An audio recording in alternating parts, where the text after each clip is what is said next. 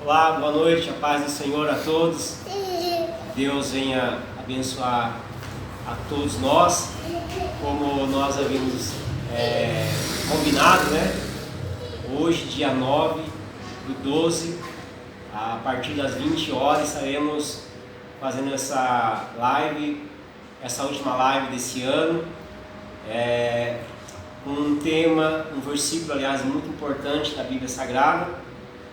Para mim é um textuário, né? Um versículo textuário da Bíblia, João 3, versículo 16, que é bastante conhecido. Sou o pastor Natanael e está aqui mais uma vez juntamente conosco o professor Fábio, que vai estar comentando, fazendo um comentário a respeito desse versículo, desse tema que nós vamos abordar nessa noite. É isso, professor? Vamos lá? Amém. Saudar a todos com a paz do Senhor, né? Quem está ao vivo, quem vai ver depois. E o objetivo é realmente esse, é um dos versículos mais significativos da Bíblia. Com certeza tem muito para nos ensinar. Então, estamos aqui mais uma vez, para mais uma noite, aí podermos crescer na graça e no conhecimento do Senhor Jesus, né? Que o Senhor venha nos ajudar e que a gente possa aí discutir, aprender junto, crescer junto. E qualquer dúvida que tiver, não sei, né? Se o pessoal estiver assistindo, surgir alguma dúvida, fiquem à vontade aí para estar comentando. Se a gente não souber, a gente depois manda aí, comenta no próprio vídeo aí, enfim, a gente vai procurar dar a resposta. E se a gente souber, na medida do possível, a gente vai tentar esclarecendo, né? Então vamos lá, a gente vai ler o capítulo 3 do Evangelho de João e o versículo de número 16, que é o tema que nós vamos abordar nessa noite, que fala a respeito da salvação, o plano da salvação, né? A gente vai abordar bastante assunto interessante.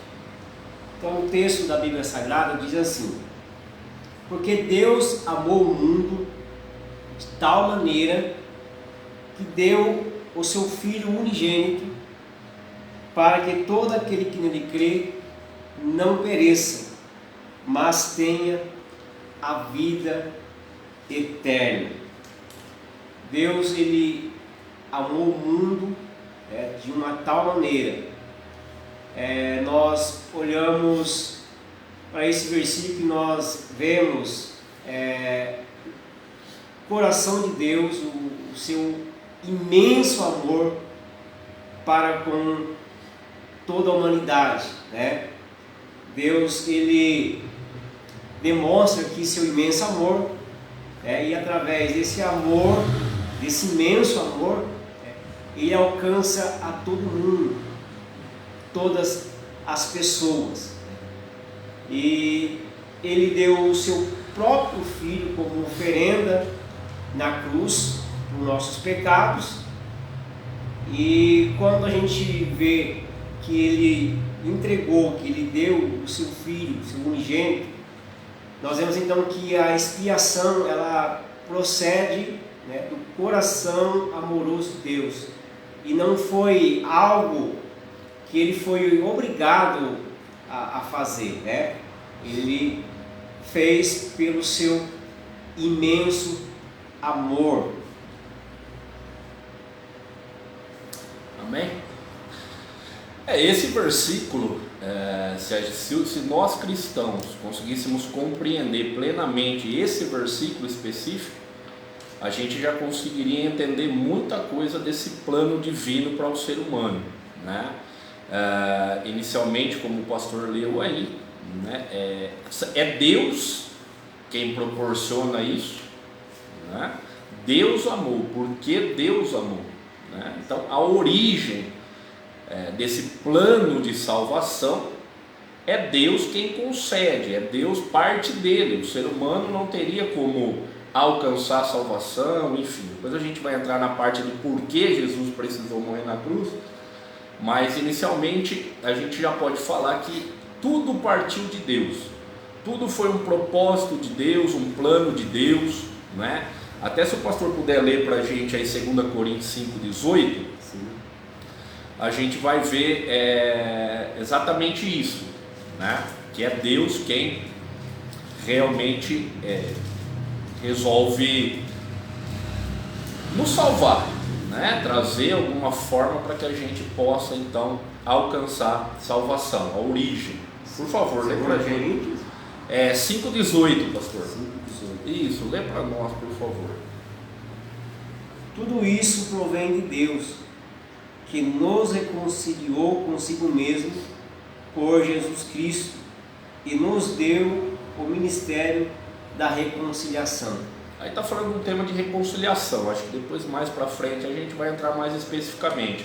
Mas no início do versículo fala tudo isso, ou seja, tudo que nos foi proporcionado, né, através do sacrifício vicário de Cristo ali na cruz, tudo aquilo ali vem, né, do Pai das luzes, vem diretamente de Deus para o ser humano. Aí uma outra coisa que nos chama a atenção, né, é o sentimento que faz com que Deus providencie essa salvação.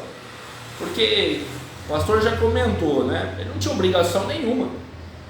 Será que ele viu no ser humano para falar, não, eu quero ter um relacionamento, eu quero me reconciliar com o ser humano, né? Eu quero trazer de volta o ser humano para a minha presença? Eu acredito que no ser humano em si, nada.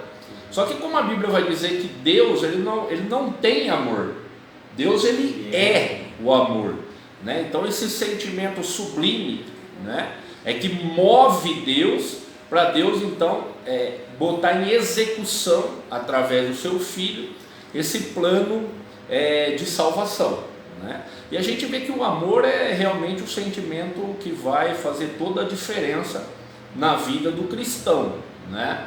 Quando o fariseu vai perguntar para Jesus lá em Mateus 22, como é que ele resumia os mandamentos, né?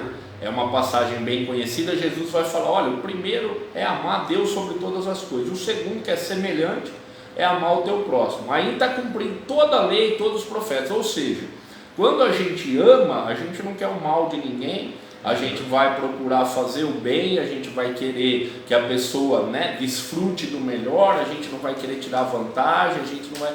Então o amor é realmente a chave. E foi esse sentimento que fez Deus se mover, né, e trazer essa salvação para nós. O outro detalhe desse versículo, tem muita coisa aí, né? Exatamente. Quando ele fala do mundo, né?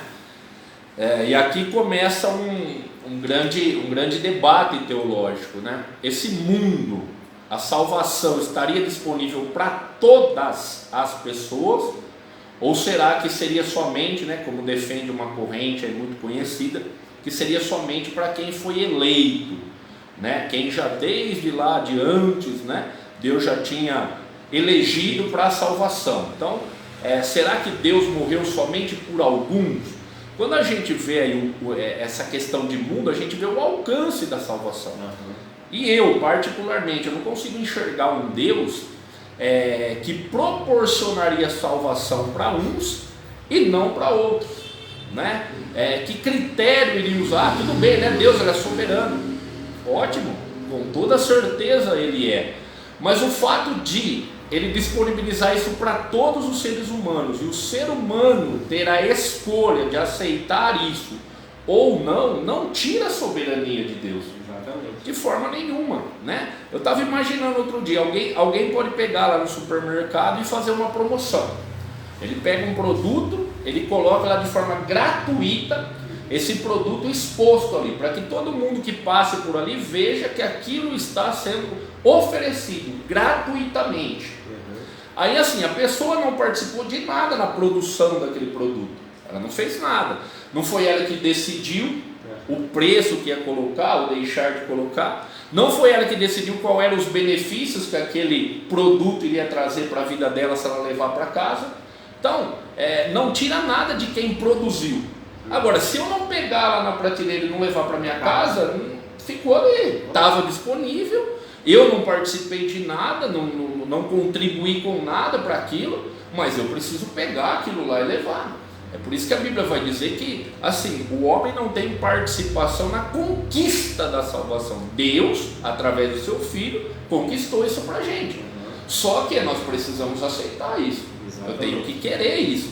Eu preciso, Deus chega e fala, você quer? Eu tenho que entender que eu necessito de Deus, que eu preciso de Deus. E eu tenho que dar uma resposta a isso. Aí a gente vai trabalhar depois isso aí mais para frente. Um outro detalhe, pastor, é o que ele fala em tal maneira. Isso. É que nem o senhor falou, esse versículo tem muitos detalhes, né? Sim, se a gente for trabalhar cada um, né? Mas quando ele fala ali tal maneira, a gente entende o quê? Esse amor de Deus não tinha condições. Deus amou porque Ele é o amor. Ele não exigiu nada de nós para nos amar. Então, assim, às vezes na nossa justiça humana, a gente erra porque a gente pensa assim: Deus não ama aquele que cometeu um crime muito grave aos nossos olhos, né? Por quê? Porque esse é o senso humano. Mas quando a gente olha para a Bíblia, a gente vê que a graça de Deus, esse versículo 16, tem o poder de alcançar também esses terríveis pecadores, desde que eles aceitem e mudem de vida. Eu vejo um exemplo claríssimo aí em Paulo, né? Paulo mesmo vai escrever, quando escreve ali as suas cartas, as suas epístolas, ele vai falar que ele era um grande perseguidor, que ele perseguia os crentes, matava crente, enfim, né? Nós temos um episódio do apedrejamento de Estevão. Paulo está ali presente, né? Quando o texto diz que colocam a roupa ali nos pés de Paulo, né? Era um sinal de que Paulo estava consentindo, falando, pode matá-lo, né? Então, quer dizer, você vê o tipo de pessoa. Só que Deus o alcança, ele entende o que Deus queria para ele, a necessidade desse Salvador, e ele muda de vida. Esse é o caminho, né? Da salvação. Professor, o senhor falou desse amor que alcança, né? E se a pessoa quiser e aceitar, ele vai encontrar, né, esse amor de Deus. Sim. Paulo vai escrever lá em Efésios capítulo 2, do versículo 4 ao 5, dizendo assim: mas Deus, que é riquíssimo em misericórdia, pelo seu muito amor com que nos amou, estando nós ainda mortos em nossas ofensas, em nossos pecados, nos vivificou juntamente com Cristo. Pela graça sois salvos. Mediante a fé. A fé. Né? Então eu vejo aí a resposta nossa é essa fé, né? Deus fez tudo gratuitamente, pela graça, um favor imerecido, né? Todo mundo, graça, favor imerecido. Deus fez tudo, só que aí mediante a fé nós conseguimos alcançar essa graça. E fé é algo que vai brotar dentro de nós. É evidente que é o Espírito Santo que vai trabalhar no homem, convencendo ele do pecado, da justiça e do juízo, né? Mas Deus vai falar várias vezes, quando a gente ouve a voz de Deus, a voz do Espírito Santo, para quê? Para a gente não endurecer o nosso coração. E essa fé a qual a gente recebe todos esses benefícios, a Bíblia vai nos dizer que ela é alcançada mediante o quê? O ouvir a palavra. Então, assim, a fé ela não é colocada em nós sem que a gente, né, de uma forma, não, nós começamos a acreditar no que Jesus fez, nós vamos ouvindo a palavra, lendo a palavra, meditando a palavra, essa palavra vai nos purificar, João 17:17, né? Essa palavra vai nos purificando, vai nos salvando ali, vai tirando aquela natureza do velho homem, né? E aí o que acontece? A gente começa a se tornar essa nova criatura necessária para ir para o céu, né? Então eu vejo essa resposta humana, não no sentido de o homem precisa fazer algo senão ele não vai ser salvo, mas ele precisa aceitar, isso, senão fica difícil. E o versículo que eu acabei de ler em Efésios capítulo 2, 4 e 5, a gente está falando aqui de João 3,16, né? Que Deus amou-nos de tal maneira. O amor do Senhor, Ele nos amou estando ainda mortos em nossas ofensas e nossos pecados, né? A gente estava rejeitando a Deus e Ele estava lá com o seu amor para com nossas vidas. E um dia nós nos arrependemos, cremos no Filho de Deus. e o amor de Deus nos alcança. E é interessante porque o versículo vai dizer que ele é riquíssimo em misericórdia, porque Deus também não tinha nenhuma obrigação de nos perdoar, Exatamente. só que ele é rico em misericórdia. Então ele propõe uma forma de nós escaparmos dessa consequência do pecado, e ao aceitar isso, entrar nesse projeto divino da salvação, ele nos garante perdão. Ele não vai ficar lançando em rosto o nosso pecado. É como se o nosso pecado, se realmente houve uma conversão, um arrependimento, uma mudança dentro de nós, né? Porque quando a gente vai ler aí o capítulo todo, né, de João, capítulo 3, nós vemos que a conversa começa com o quê? Com o chefe, né, dos fariseus, que vai procurar Jesus porque ele vê que Jesus faz sinais realmente que, né, extrapolavam tudo que eles tinham visto, ouvido até então. Então ele vai até Jesus para questionar: o que eu faço para ir para o reino do céu? Né? E a gente vê, né, a resposta que Jesus dá a ele: é preciso nascer de novo. E ele não consegue compreender essa história do nascer de novo, né? E aí a gente chega onde ele vai falar em que Deus ama o mundo de tal maneira, né? Mas se a gente olhar o contexto, é uma pergunta sobre o que eu faço para alcançar o reino dos céus. Nicodemos perguntou, né, querendo... aquela sede, né? Porque eu fico imaginando, imagina a gente andar na rua e cruzar com Jesus. Ele pregando, ele fazendo milagres, aquilo acho que atraía muitas pessoas, né? Então assim, ele vai nessa sede de conhecer melhor a Jesus, né? E a gente entende que ele conhece, né? Porque depois lá na frente, quando Jesus é crucificado, nós vemos Nicodemos intercedendo ali para que o corpo de Jesus, né, fosse entregue para ser sepultado e toda aquela coisa. Então a gente vê que realmente ele salvou tanto publicanos, pescadores, quanto chefes de fariseus, todos, a samaritana, a cidade toda. Então assim, a gente vê que essa salvação, como a gente estava falando há pouco, ela está disponível para todos. Basta a pessoa ter essa sede, buscar em Jesus. Jesus vai operar, vai efetuar dentro de nós o que é necessário, e aí a gente vai se enquadrar no plano dele aí, para que um dia nós possamos vê-lo face a face. Que bênção, olha que quanta coisa, né? Quanta mensagem, quanta... Num versículo. Num versículo só, né? E na medida que a gente vai falando desse versículo, como o professor falou, que a gente pode pegar muitas coisas desse versículo, a gente vai caminhando, vai meditando, vai percorrendo a Bíblia Sagrada, e é tão edificante, é tão gratificante poder, né, ver esse versículo, analisar e ver todos os pontos. Se aprofundar, né, pastor? A gente tem muito ponto importante, depois a gente vai falar um pouco do unigênito do Pai. Vamos falar já. Sobre o perecer, né, aquele que não crê, aquele que crê tem a vida eterna, aquele que não crê, né, nós paramos aí no tal maneira do versículo. Agora vem o Filho unigênito. O pastor quiser falar alguma coisa, aí a gente já também entra nesse detalhe aí, porque realmente é algo... quando a gente para pensar, pastor, é algo surreal, né? Não é algo que o ser humano consegue compreender. Sim, a gente tem que receber realmente pela fé isso aí, acreditar e ser muito grato a Deus pela grande salvação que Ele nos trouxe, né?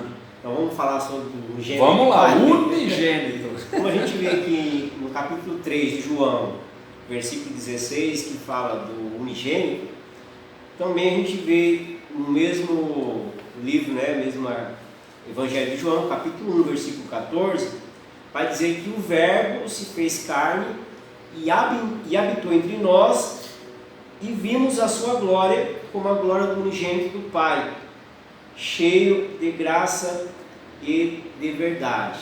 Então a gente vê que o Verbo, ele se fez carne, né, e habitou entre nós.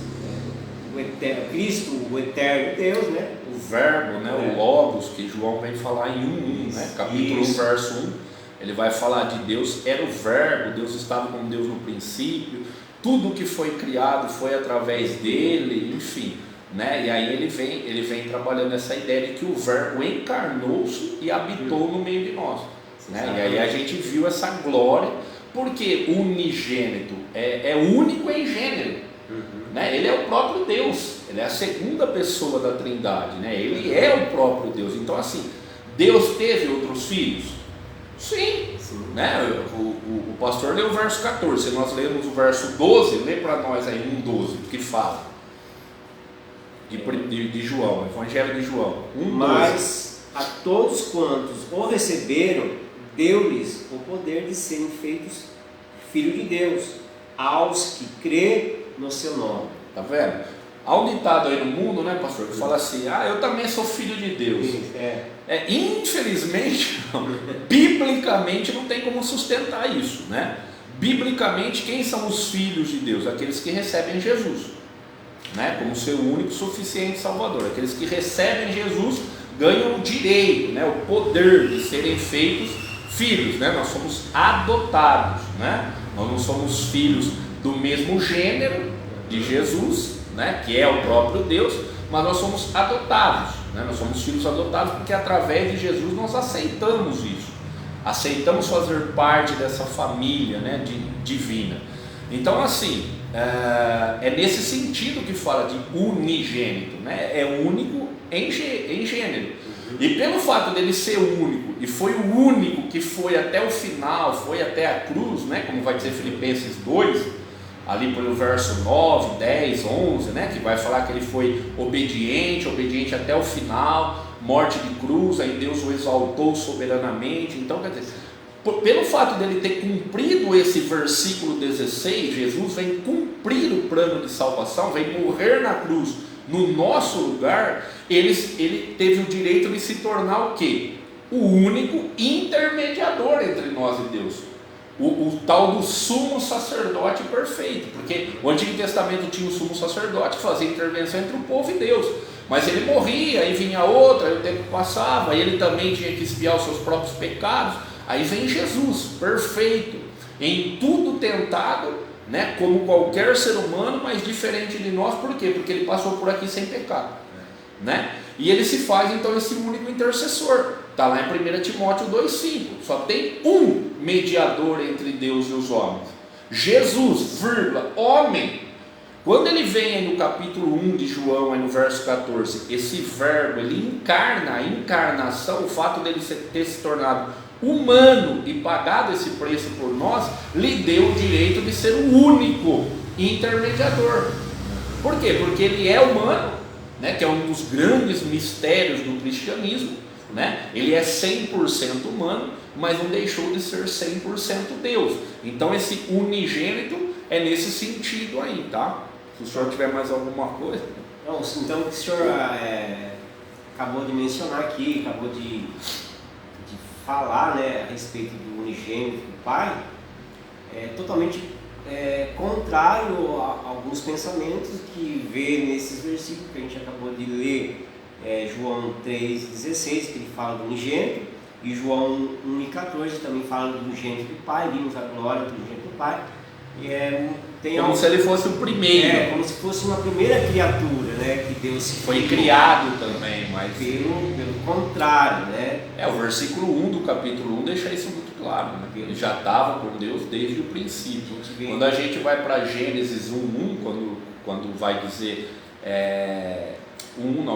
acho que é por volta do 27, quando ele vai criar o homem, que ele fala façamos, né? No original, realmente é uma pluralidade de pessoas, mas como? Várias pessoas ali, né? Então é esse mistério da Trindade. Deus, Jesus e o Espírito Santo estavam presentes desde o princípio. Eles não foram criados ao longo da história, né? Eles já existiam antes mesmo da fundação do mundo, né? Tem alguns versículos aí que vão falar de salvação, vão falar que esse cordeiro estava preparado, enfim, que ele já expiou os nossos pecados, enfim. O plano de salvação de Deus, ele já estava arquitetado e tudo certinho antes mesmo da fundação do mundo, né? Porque para nós, o que é difícil para nós? Como a gente está... Isso é interessante, essa questão. Como a gente está preso ao tempo, nós vivemos o quê? Passado, presente e temos uma perspectiva de futuro. Aí a gente tem hora, né? A gente está preso ali no tempo, um dia, 24 horas. A gente tem que entender que Deus é eterno. Deus não tem essa limitação de tempo. De eternidade é Quando Deus. a Bíblia fala, né, que estava lá preparado desde a fundação, para que a gente entenda, o plano de Deus já estava arquitetado desde o princípio, mas na verdade para Deus não existe passado. Para Deus é uma coisa só, Ele é eterno. Não tem essa limitação de tempo. Mas para nós, como que é difícil entender isso? Porque a gente olha e fala, eu tenho horário, eu tenho, né? Aconteceu, mas foi lá atrás. A gente muitas vezes não consegue compreender esse atributo divino da eternidade. Nós vamos compreender melhor quando nós formos, né, arrebatados, tivermos nossos corpos glorificados, e aí a gente não tem mais essa limitação de tempo, porque daí nós vamos, assim como Ele, né, ser eternos, passar a eternidade ao lado dele lá no céu. Bom, que bênção, né? Tem mais alguma coisa a respeito do versículo mesmo em si, pastor? Eu acho que agora a gente tem que falar aí do resultado de tudo isso, né? O que nele crê não pereça. Isso, exatamente. Né? Uma coisa interessante, professor, vamos lá. O senhor tocou aí naquele que crê não pereça, mas tenha vida eterna. Esse perecer aqui é uma palavra sempre esquecida em João 3,16. Né? Vamos ver, Deus amou o mundo de tal maneira que mandou o seu filho para nos salvar. Isso, Todo e mundo às vezes conhece. A gente esquece. Seria interessante ler o 17 para nós, por favor. Antes de ler, professor, aqui então não se refere à morte física, né? Não. Aqui está se referindo a uma realidade, né? De uma vida separada eternamente de Deus. Seria um castigo eterno. Exatamente. Seria o inferno. Exatamente. Né?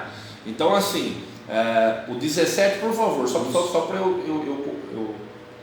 O versículo 17: porque Deus enviou o seu Filho ao mundo, não para que condenasse o mundo, mas para que o mundo fosse salvo por ele.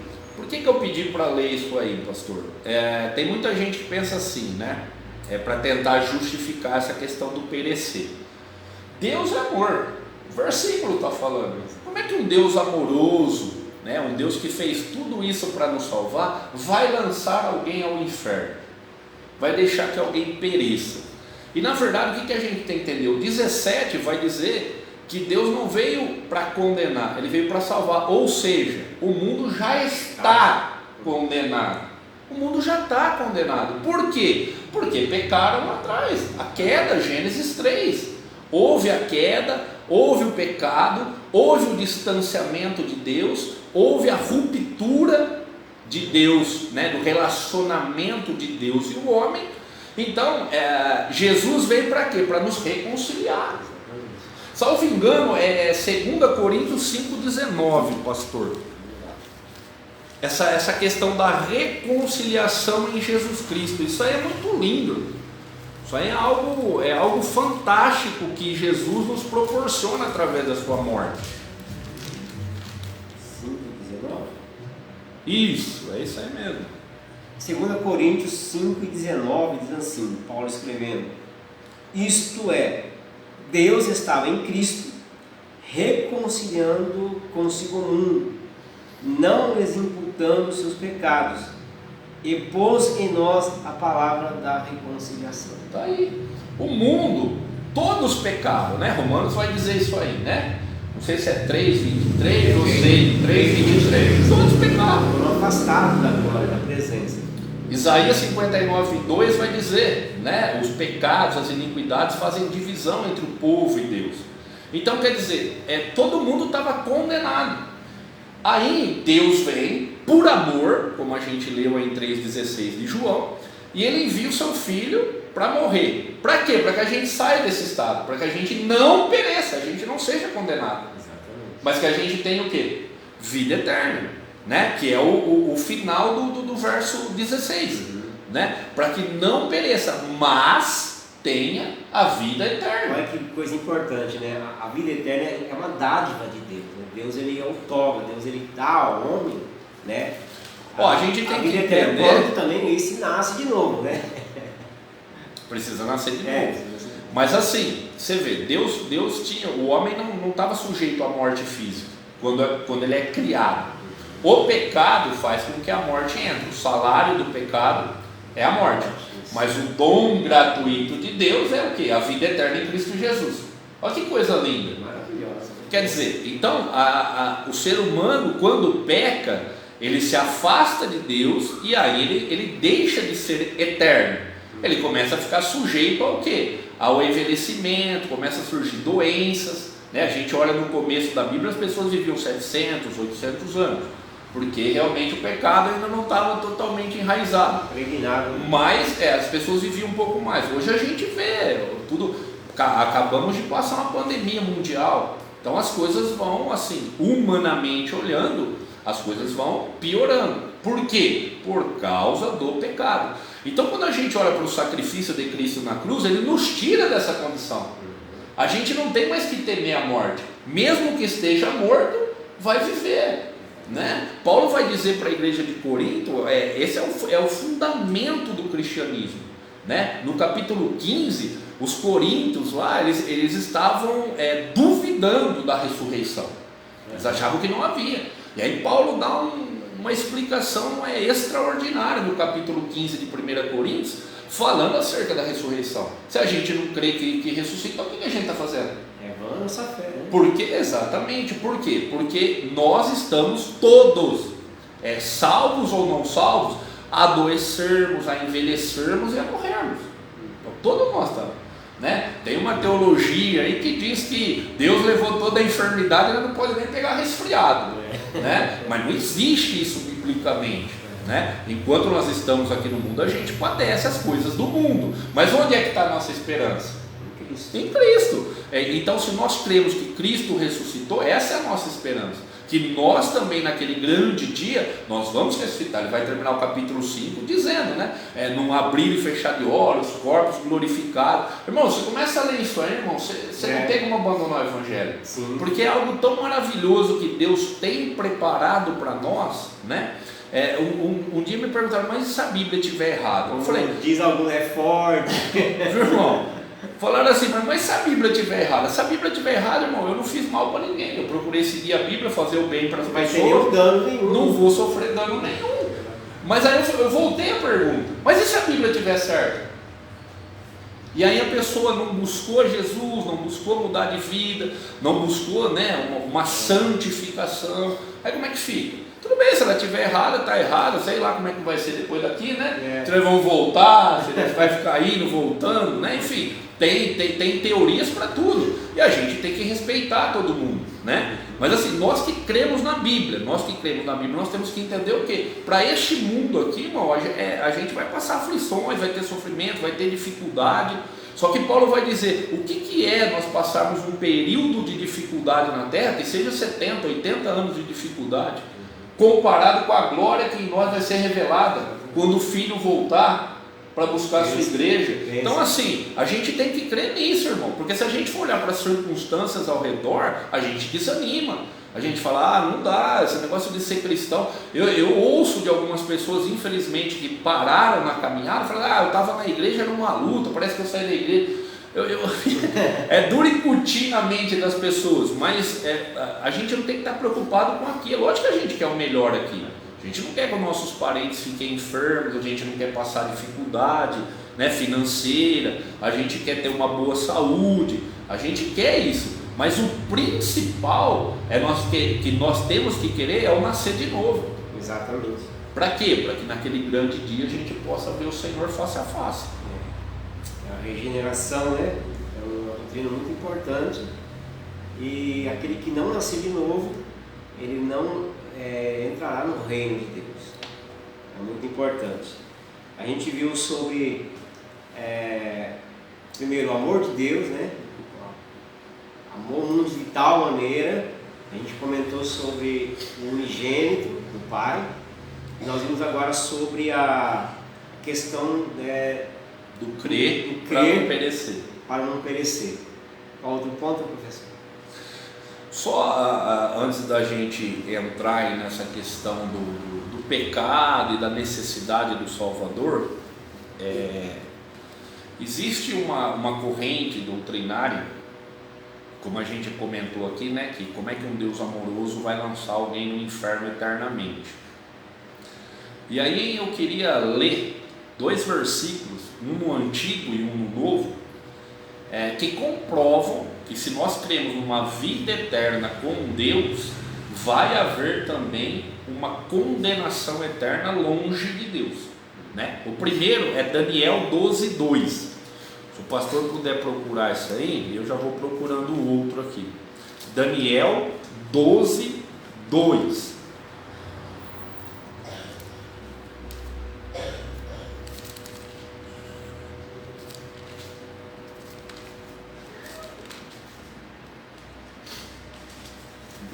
Isso, por favor.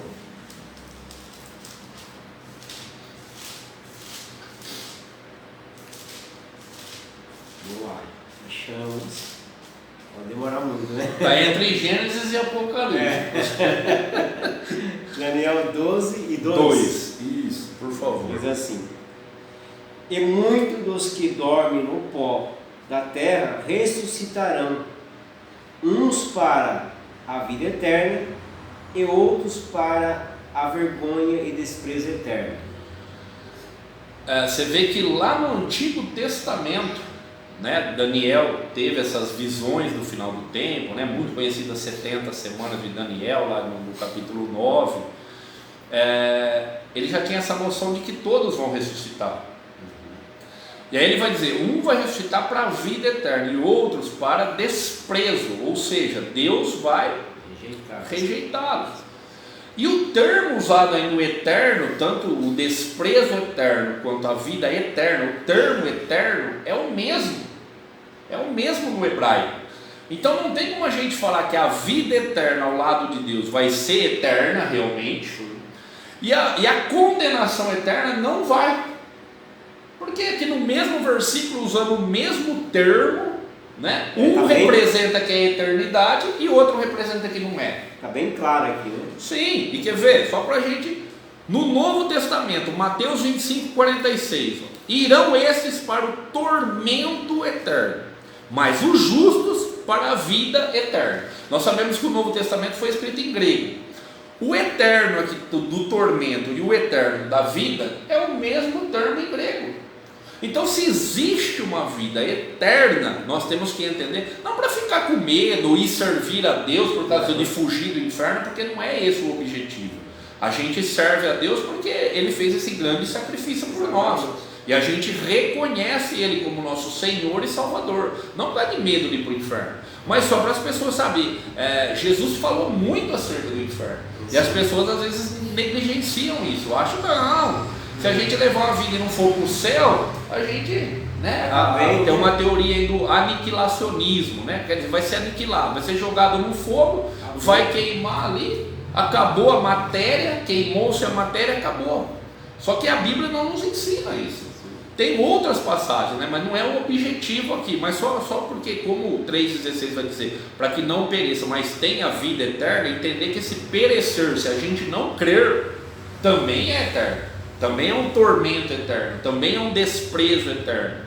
Só nesse sentido aí. Bom, o versículo em si, acho que o senhor quer comentar mais alguma coisa do versículo em si? 3,16?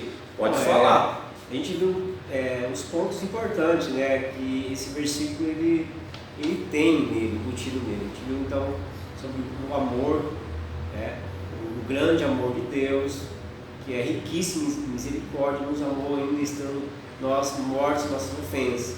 A gente estava numa vida separada de Deus, ofendendo a Deus com a nossa vida, com os nossos pecados, e nessa situação Ele nos amou.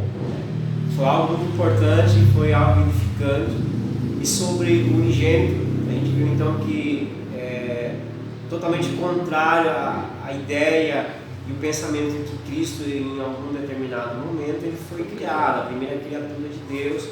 E também Paulo vai escrever lá em Colossenses 1:8, vai falar sobre a supremacia de Cristo, falando que ele é o princípio da criação. Muitos pegam esse versículo e falam que Cristo, ele é o primeiro da criação, não é isso, ele estava presente no início de tudo. como João deixa muito claro, né? Muito aqui, claro. O professor comentou e viu que é totalmente contrário a essa ideia, essa visão. E a gente falou sobre o perecer e a vida eterna, né? A vida eterna é uma grande dádiva que Deus ele dá ao homem, né? Todos aqueles que reconhece, crê e nasce de novo. Tem que ter esse nascimento, né? Como o professor ele deu uma pincelada, é uma questão muito importante, né? Sim, sim. Nascer de novo, como a gente está lendo no João 3, ele fala de Nicodemos, ele queria saber como chegar lá, né? Ter a salvação. E Jesus diz, olha, tem que nascer de novo. Ele não entende muito bem. Acho que tem que voltar para o ventre da mãe. Sim, é importante essa doutrina, é uma das doutrinas muito tem um grande fundamento na fé cristã, essa doutrina da regeneração, né, que é um nascimento espiritual, uma nova vida, né, uma nova criatura. As coisas velhas se passaram e tudo se fez novo. Olha que tem muita coisa, a gente vê que cada vez que a gente volta e comenta os temas importantes, antes de concluir, a gente vê que tem muita coisa importante nesse versículo de João 3,16. Então, para a gente finalizar, professor, a gente vai falar então sobre como que a gente recebeu, alcançou a salvação. É isso? Podemos entrar nisso, vamos entrar nesse tópico aí. Porque assim, né? Às vezes a gente pode se perguntar, por que foi necessário Jesus vir, Deus enviar Jesus para esse sacrifício, né? Aonde que surge? Para que precisava disso? Porque o que acontece? Tem muita gente aí pregando um Jesus que cura, e ele cura? Não tenha dúvida disso. Só que Jesus precisava ter passado pela cruz para curar? Não. Na sua vida terrena, encarnado, ele curou. No Antigo Testamento, Deus usou profetas através do seu Espírito ali e curou, ressuscitou. A gente poderia citar várias pessoas que foram curadas. Sim. Jesus precisava para deixar alguém rico, né? Como muitos pregam aí, né? Que Jesus veio para deixar todo mundo rico, né? Ele precisava ter passado pela cruz para deixar as pessoas ricas? Eu não vejo. Abraão era um homem muito abastado, né? Seus filhos, Jó, Davi, Salomão, enfim, né? Então, eu não tinha necessidade da cruz para isso. E todas as outras bênçãos terrenas que a gente imaginar, Deus tinha todo o poder para nos dar sem a necessidade de enviar o seu filho para morrer na cruz. Então a grande questão que fica é: por que Jesus morreu na cruz? A resposta, melhor do que a gente falar, está na Bíblia, né? Vamos ler 1 João 3,8. 1 João 3,8. A parte final desse versículo. A parte final do versículo, 1 João 3,8, diz assim: para isto o Filho de Deus se manifestou. Para quê? Para desfazer as obras do diabo. Então, na verdade, por que Jesus veio? Para desfazer o que o diabo tinha feito. O que é que o diabo fez? Se a gente perguntar para alguém assim, o que é que o diabo ocasionou para a humanidade? O que ele trouxe de prejuízo para a humanidade? E aí a gente volta para a questão do pecado. Quando ele incita aquele primeiro casal a desobedecer a Deus, acontece o quê? Pecado. E o pecado faz o quê? Nos tira da presença de Deus. Então o que é que Jesus vem fazer? Vem nos reconciliar. A gente já até leu. Ele vem nos trazer reconciliação com Deus. Só que olha que interessante, só isso ele fez? Só nos reconciliou com Deus? Como é que a gente ia chegar novamente na presença de Deus como pecadores? Pensa bem, alguém comete um crime e aí ele vai perante o juiz, né? Como é que fica? Deus é amor? Mas Deus é justo. O pecado teria que ter uma punição. quem cometeu um pecado, ele teria que sofrer uma punição, senão como que ia ficar? Né? Senão Deus ia absolver aqueles que ele gosta, né? Iria absolver, e iria condenar aqueles que ele não gosta, né?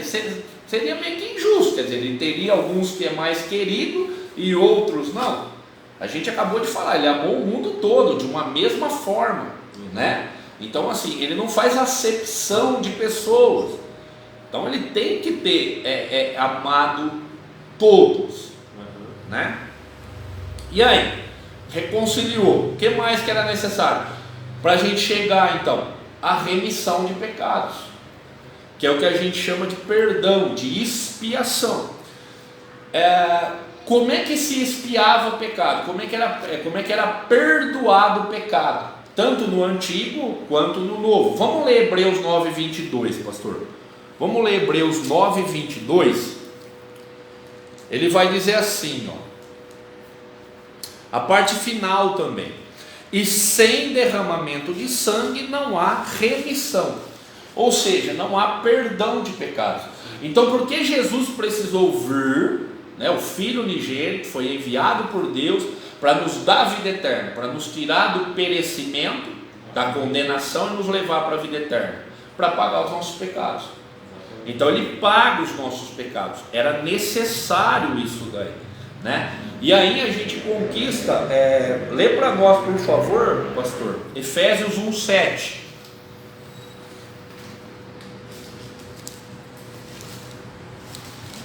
Efésios 1:7. Isso, 1:7, por favor, pastor. Em quem temos a redenção pelo seu sangue, a remissão das ofensas, segundo as riquezas da sua graça. O que está falando aí? Como é que a gente consegue o perdão, a redenção? A gente tem que entender que esse termo redenção era um termo usado para aqueles que adquiriam escravos. Então a pessoa era escrava, aí alguém tinha o dinheiro, ele queria comprar. O escravo era uma mercadoria, certo? Então ele vai lá com um dinheiro e fala: olha, quanto custa este escravo? Custa X.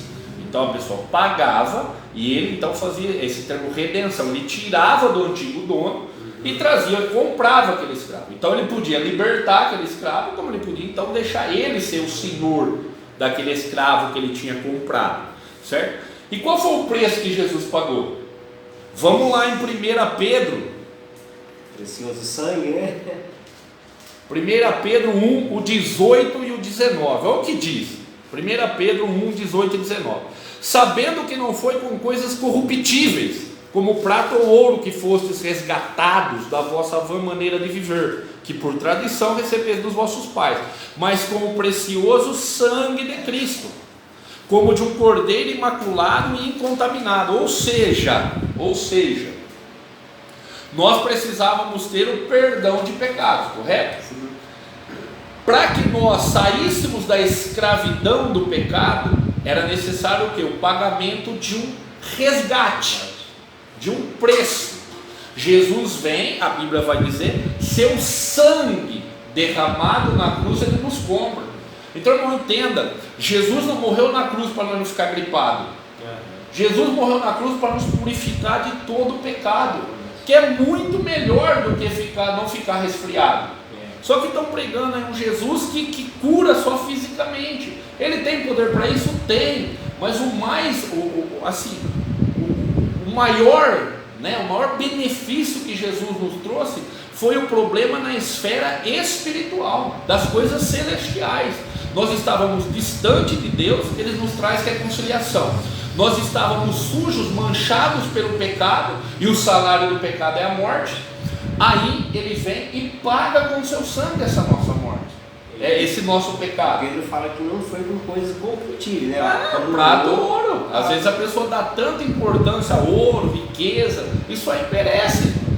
O Senhor falou para a gente não juntar coisas que a traça e a ferrugem iriam consumir durante a nossa vida. Irmão, isso não quer dizer que a gente não tem que buscar o melhor para a gente, para a nossa família. Não é isso. Mas o que é primordial? Né? Paulo vai escrever algo que é muito interessante quando ele diz assim: de todas as formas, né? Tem um versículo muito que todo mundo cita, que posso todas as coisas naquele que me fortalece. Mais fora de contexto, né? Filipenses 4,13. Se a gente subir um pouquinho, a gente vai ver que Paulo vai dizer: olha, eu aprendi a viver em qualquer circunstância. Se eu não tiver, se eu tiver abastança, se eu estiver passando necessidade, de todas as formas, ele consegue suportar, porque em todas essas coisas, né, nos momentos bons e nos momentos ruins da vida, ele tem Cristo para lhe fortalecer. Entendeu? Então, assim, às vezes as pessoas pregam isso aí fora de contexto. Então, às vezes a gente não tem noção do que Cristo conquistou para nós. Então, reconciliação, perdão de pecados, redenção, pagou para nos trazer de volta. E é por isso que ele tem que ser o nosso Senhor agora. Exatamente. Porque quem era o nosso Senhor? Nós estávamos debaixo do senhorio do pecado, né? Se a gente não tiver em Cristo, não estiver buscando uma vida de santificação, a gente vai estar sujeito ao quê? A pecar, né? Então, quer dizer, nós éramos senhores do pecado. Paulo vai trabalhar isso aí em Romanos 6, né? Dessa história do pecado, que tem que morrer. É muito usado em batismo, aquele trecho ali, né? Que se morremos com Cristo lá na cruz, com Ele também ressuscitamos. Então, nós éramos escravos do pecado. Agora não, agora nós somos escravos de Cristo. E o bom é que o senhorio de Cristo, o jugo, né? O jugo de Cristo é leve e suave. Ele mesmo diz, né? Então a gente não precisa ficar preocupado. A gente vai sofrer agora na mão de Jesus. A gente vai... Não vamos, né? Ele tem o melhor para nós. Exatamente. Ele nos comprou para nos dar coisas boas, coisas ricas, né? E uma das coisas é esse perdão, essa redenção. O senhor quer falar alguma coisa? Fica à vontade, viu, pastor? Pode ir. Eu queria ler também. Eu gosto de ler Bíblia, né, irmão? Vamos ler a Bíblia, que eu fico falando. Às vezes a pessoa fala, mas será que é isso mesmo? Será que está na Bíblia? Né? Então vamos ler Bíblia. Romanos 4:25 e depois o 5:1. É o último do capítulo 4 e o primeiro do capítulo 5 de Romanos. Diz assim, o qual, está falando de Jesus, o qual por nossos pecados foi entregue e ressuscitou para a nossa justificação.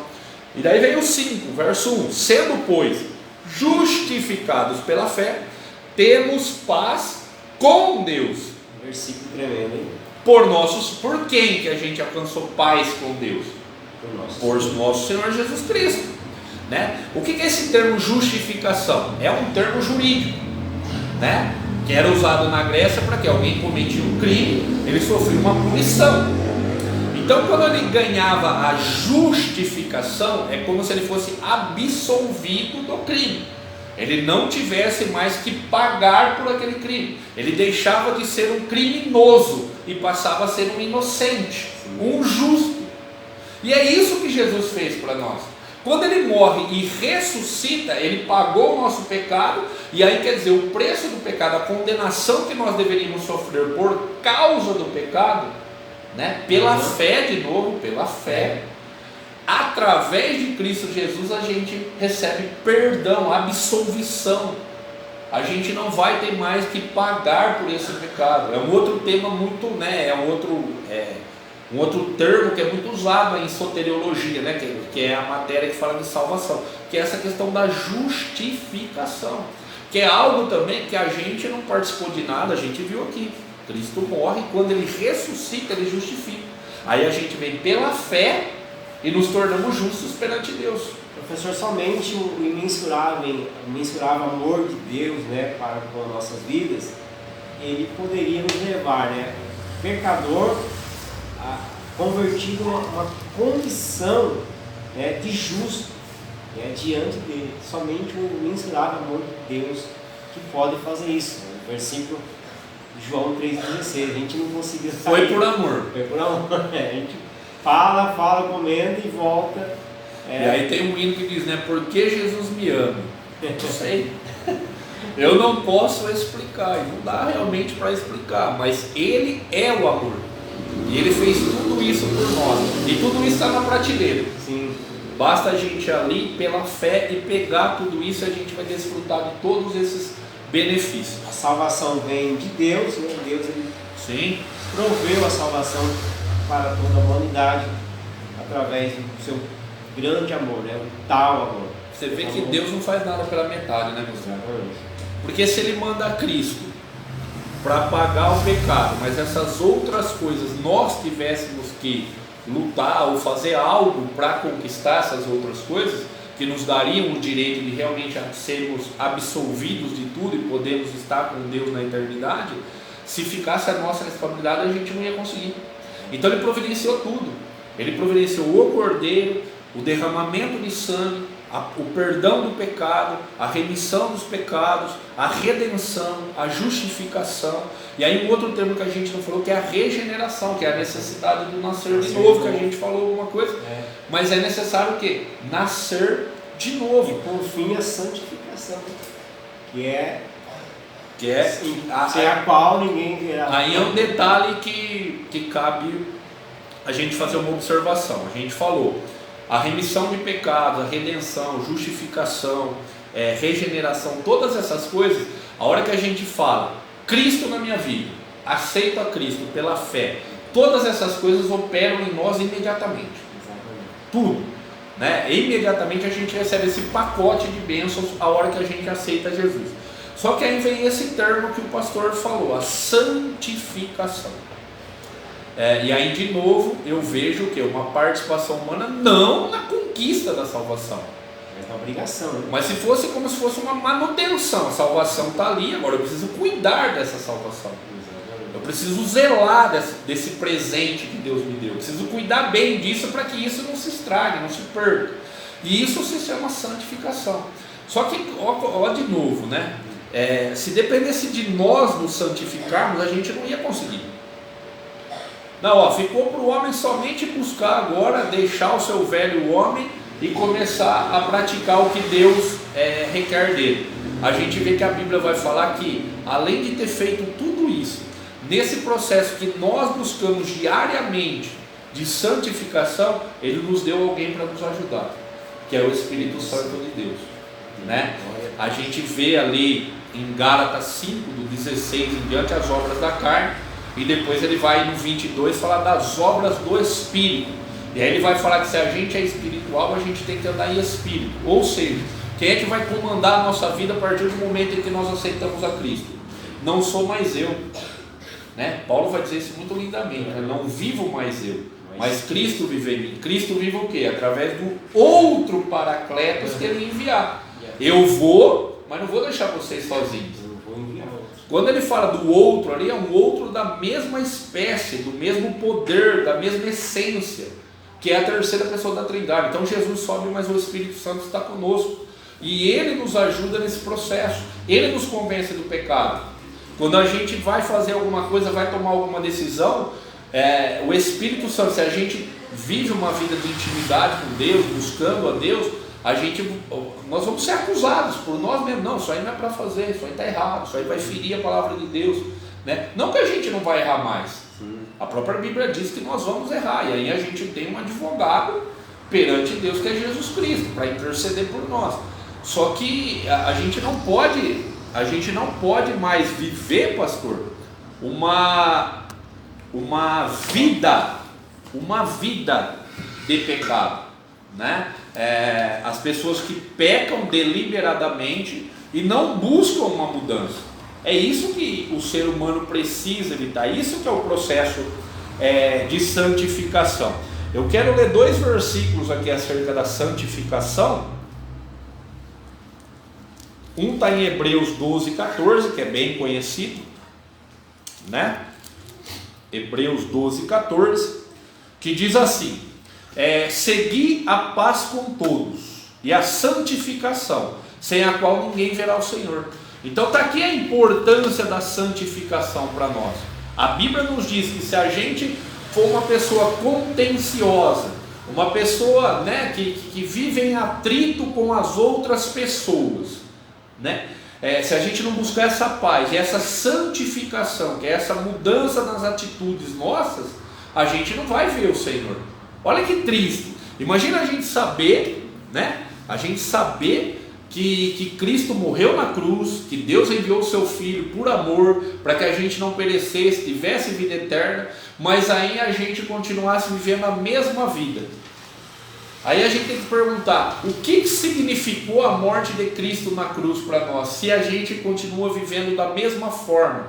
Então não tem como nós sermos salvos vivendo da mesma forma. Por quê? Porque se conseguíssemos ser salvos pela força, bonzinho sem Cristo, não vai dar certo. Nós precisamos ser bons, né? Não para sermos salvos, mas para mostrarmos que Cristo vive em nós. O tal do fruto, né? Os frutos do Espírito, essa mudança, as pessoas olharem e dizerem, e esse verdadeiramente é cristão, né? Os cristãos receberam esse nome, né? Não porque eles se auto-intitularam cristãos, mas porque lá em Atos dos Apóstolos, quando eles estavam fazendo a obra nas cidades ali, né, gregas, o que acontece? As pessoas veem como eles são parecidos com Cristo, com a maneira de Cristo agir, com o que Cristo pregava, e aí eles chamam eles de cristãos, quer dizer, de seguidores de Cristo. Olha que honra, né? Alguém olhar e falar, eu vejo Cristo em você. Isso para a glória de Deus, para a glória de Cristo, e não para a nossa glória. O crescimento espiritual ele faz com que o cristão ele pareça com Cristo, né? Sim, a gente tem um provérbio que diz que o justo é como a aurora. Ele vai iluminando até chegar ao meio-dia, né? Quer dizer, é um processo, a gente vai, né, se santificando, vai entendendo mais o que é Deus, o que Ele requer de cada um de nós, e a gente vai nesse processo. O que a gente não pode é parar. Paulo falou, né? Uma coisa eu faço, esquecendo-me das coisas que para trás ficam, eu prossigo para o alvo. Então, a gente tem que viver essa vida olhando para frente, procurando ser melhor a cada dia. Para quê? Para que a gente... Não! A gente é um miserável pecador, né? Mas para quê? Para que as pessoas possam ver, olha, Cristo... ainda mais hoje em dia, né? É bíblico isso, né? O amor vai se esfriar. Então, o que vai fazer diferença? O que as pessoas vão olhar e falar, esse é diferente. Por que ele é diferente? Aí vai ver, por quê? Porque ele lê Bíblia, porque ele procura obedecer a Bíblia. O que vai ser o referencial de mudança é a prática do amor. Porque no mundo o amor vai se esfriando cada vez mais. E até às vezes dentro da igreja. Por quê? Porque as pessoas às vezes dentro da igreja não conseguem entender esse plano de Deus de João 3,16. Eles têm uma visão de Deus, alguma outra visão. Então quando a coisa não acontece da forma que eles imaginam, eles não têm essa visão de que Deus está no controle de tudo, Deus sabe de tudo, enfim. Muitos cristãos criaram um Deus na sua cabeça que não é o mesmo que está na Bíblia, né? E aí a gente tem que entender e ver o plano de salvação e tudo aquilo que Deus ele fez por nós através do seu imensurável amor para com nossas vidas. E aí, professor? Só queria falar um ponto, aí a gente termina se o senhor não tiver mais nada, que eu marquei aqui, né? Que é a questão do quê? Quando a gente olha para a Bíblia, a gente vê que é necessário algo para nós alcançarmos a salvação, né? A gente falou de fé, a gente falou de toda essa obra que Jesus fez gratuitamente para nós, mas é necessário esse arrependimento, essa conversão. Eu quero ler rapidinho aqui Lucas, capítulo 5, verso 32,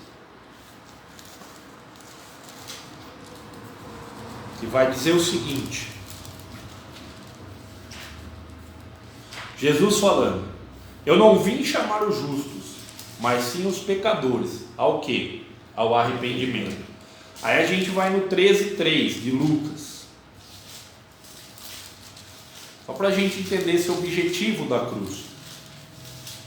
Jesus morre na cruz, conquista tudo isso para a gente, para quê? Nós pecadores, está nos chamando para uma conversão, para um arrependimento, para uma mudança de vida. 13:3 diz assim: não vos digo antes, se vos não arrependerdes, todos de igual modo ao perecer aqui de novo. Então, se não tiver arrependimento, vai perecer. Não vai ter vida eterna. Então é necessário. Quando a gente olha para João Batista, sua pregação preparando o caminho para a vinda de Jesus, Mateus capítulo 3, ali no verso 1 e 2, ele vai falar: arrependei-vos. Quando a gente olha para Jesus, quando ele começa o seu ministério, depois de sair do deserto, Mateus 4,17, Jesus vai falar: arrependei-vos. Quando Pedro faz o primeiro discurso depois da descida do Pentecostes, em Atos 2,38, quando perguntam para ele o que é necessário, arrependei-vos. Em Atos 3,19, Pedro vai falar de novo: arrependei-vos. E lá no Antigo Testamento já tinha esse sistema, era necessário. Era necessário se arrepender. Quando o povo está disperso ali, e eles vão fazer o templo e tudo, e a glória vem ali, né? Segundo a Crônica 7,14, o que é dito ali? Se o meu povo, que chama pelo meu nome, se humilhar, orar, buscar minha face, e aí vem, converter-se dos seus maus caminhos, aí Deus vai falar: eu vou ouvir, porque o pecado deixa o ouvido de Deus agravado para ouvir as nossas orações. Se você se converter, Ele vai ouvir, vai perdoar os pecados e vai sarar a terra. Então, quer dizer, essa questão do arrependimento, ela é essencial. Não adianta a gente conhecer todo o plano de Deus e falar: não, eu nasci assim, eu cresci assim, eu vou morrer assim. Não, nós precisamos nos converter. Senão, toda a obra que Jesus fez, não por falha dele, né? Mas por falha nossa, nós não vamos poder desfrutar disso. Imagina que tristeza. Por minha causa, né? Por nossa causa. Sim. O único que pode perder a salvação somos nós mesmos. E a Bíblia também vai dizer, professor, que Satanás, o príncipe desse século, ele cegou o entendimento para que os homens não compreendessem o Evangelho, esse plano de salvação. Exatamente. Imagine que... E o grande perigo nosso, além de ter o inimigo cegando o entendimento de muitas pessoas, é que o próprio Jesus falou: nos últimos tempos haveria muitos falsos, pregando um evangelho que não... Paulo falou: se vier um anjo do céu e pregar um evangelho diferente do que eu estou pregando para vocês aqui, seus Gálatas, vocês fazem um favor, rejeitem isso aí, porque não é de Deus. Então, quer dizer, estão se pregando evangelho de tudo quanto é tipo aí, né? De triunfalismo, de conquista humana, colocando o homem no centro das coisas, né? O homem hoje em dia, com toda essa coisa, tem muitos problemas, aí coloca o homem no centro para resolver todos os problemas, e estão deixando a cruz de lado. Se a gente tirar a cruz da Bíblia, não sobra muita coisa. A cruz continua sendo... Paulo falou: ai de mim se eu não pregar. E pregar o quê? O que Paulo pregava? Cristo, e este crucificado. Que para o judeu era uma vergonha e para o grego era uma loucura, mas para o salvo era o poder de Deus para a salvação. E essa mensagem que Paulo pregava de Cristo crucificado era em Corinto. Imagine, pesquisa sobre essa cidade de Corinto. Sim, era bem complicada. Você vê que era uma cidade, quando Paulo funda a igreja, eles tinham muitos dons, né? No capítulo 1 vai falar, tinha todos os dons, mas fazia tudo, quer dizer, conhece, desfruta de algo de Deus terreno, mas não estão buscando a santificação, a mudança de vida, compreender realmente o Evangelho para poder passar essa vida eterna, não perecer, mas ter a vida eterna. Que é uma dádiva de Deus para o homem, que Ele dá ao homem, aqueles que crêem, né, no seu Filho. Sim. É isso, professor? Podemos concluir? Tem mais algum Creio que não, assim, falar de salvação dava para... A gente, quando vai estudar, a gente fica um mês, mais de um mês estudando, né? Aqui nós estamos em uma hora e pouquinho, então assim, é bem básico, mas é o necessário. Se as pessoas compreenderem isso, esse plano, esse projeto divino, e colocar isso em prática e trazer isso para as suas vidas, pode ficar tranquilo, né? Vai cair 1000 do lado, 10.000 do outro, mas você vai continuar prosseguindo, aguardando pelo prêmio, né? Terminei a carreira, guardei a fé, agora já está me reservada a coroa da justiça, qual me dará o justo juiz. Não somente a Paulo, olha que importante, né? Mas a todos aqueles que creem na sua vida. Então, se a gente entende o plano de salvação, a gente sabe que um dia nós vamos nos encontrar com Jesus novamente, né? E se a gente crê nisso, e a gente for fiel aqui, guardar a fé, permanecer, e Paulo sofreu demais, mas guardou a sua fé. Tiraram muitas coisas de Paulo, açoitaram Paulo, fizeram ele passar vergonha em praça pública, açoitando ele em praça pública, mas não tiraram dele a sua fé, que Cristo era o Salvador. É isso que a gente não pode perder. Podem nos tirar tudo, menos a fé em Cristo Jesus. E ele combateu o bom combate, né? A gente está alistado, né? No exército de Deus, e temos que combater toda a milícia, todas as hostes infernais contra a igreja. Professor, que bênção. Amém. Mais uma vez eu fico agradecido a Deus pela sua vida. Amém. Foi muito edificante. A gente analisou aqui João 3,16, o Evangelho de João 3,16, esse versículo muito importante. A gente viu aqui muitos assuntos importantes nesse versículo. Que você possa receber essa palavra, esse estudo, essa última live do ano de 2022. 2023 nós estamos aí de volta, né? Em nome de Jesus. Falando do amor de Jesus. É bom falar de Jesus, né? É bom. A melhor coisa para se falar. A gente falou um pouquinho de Jesus hoje, e eu quero agradecer a todos que têm acompanhado aí, tem comentado, a irmã Valquíria, o Douglas, um abraço, meu amigo, Deus abençoe, meu irmão, e outros aí, o pastor Ronaldo, que chegou agora aí no finalzinho. Deus abençoe a todos.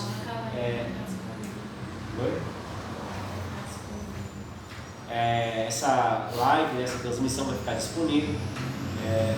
Você pode compartilhar com seus amigos, no seu perfil, e é uma bênção de Deus. Deus abençoe. Esteja um ótimo final de semana, abençoado por Deus.